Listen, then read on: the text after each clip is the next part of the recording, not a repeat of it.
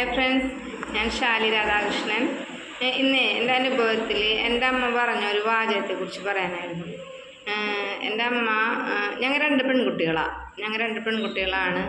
അപ്പോൾ പല അനുഭവങ്ങളും കൂടി കടന്നു വന്നിട്ടുള്ളവരാണ് ഞങ്ങൾ ജീവിതത്തിൽ. അപ്പോൾ ഒരു സമയത്ത് എൻ്റെ അച്ഛൻ്റെ ഒരു വരുമാനത്തിലാണ് ഞങ്ങൾ ജീവിച്ചിരുന്നത്. അപ്പോൾ കുറച്ച് ദൂരെ നമ്മുടെ കേരളത്തിന് പുറത്തായിട്ട് എൻ്റെ അച്ഛന് ജോലി ചെയ്യേണ്ട വന്നിട്ടുണ്ട്. ആ ഒരു സമയത്ത് എൻ്റെ അച്ഛന് വയ്യായ്കൾ വന്നിട്ടുണ്ടായിരുന്നു. അപ്പോൾ അമ്മയ്ക്ക് അച്ഛൻ്റെ അടുത്തേക്ക് പോകേണ്ട വന്ന സാഹചര്യം ഉണ്ടായിരുന്നു. ആ സാഹചര്യത്തിൽ ഞങ്ങൾ രണ്ട് പെൺകുട്ടികളെയും അടുത്ത ബന്ധുക്കളുടെ വീടുകളിലാക്കിയിട്ടാണ് പോയത്. അങ്ങനെയായിരുന്നു ഞങ്ങളൊരു ജീവിതം എന്ന് പറയണത്.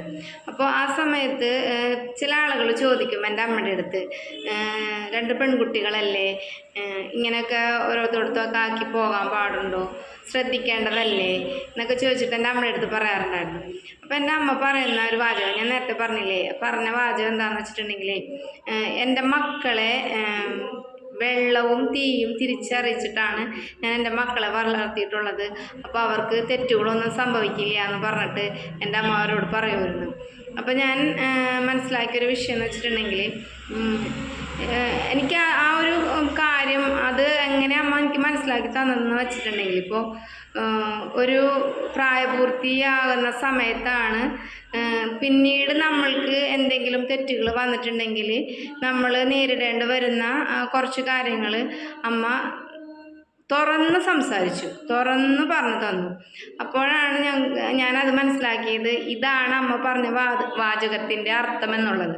അപ്പോൾ അതൊന്ന് നിങ്ങളോട് ഷെയർ ചെയ്യാൻ. അതുപോലെ തന്നെ നമ്മുടെ മക്കളെ ആണെന്നുണ്ടെങ്കിലും പല കാര്യങ്ങളും നമ്മൾ അവർ വളർന്നു വരുന്ന സമയങ്ങളിൽ, പ്രത്യേകിച്ച് പെൺകുട്ടികൾ, ആൺകുട്ടികളും ഇപ്പോൾ ശ്രദ്ധിക്കേണ്ട ഒരു സമയമാണ്.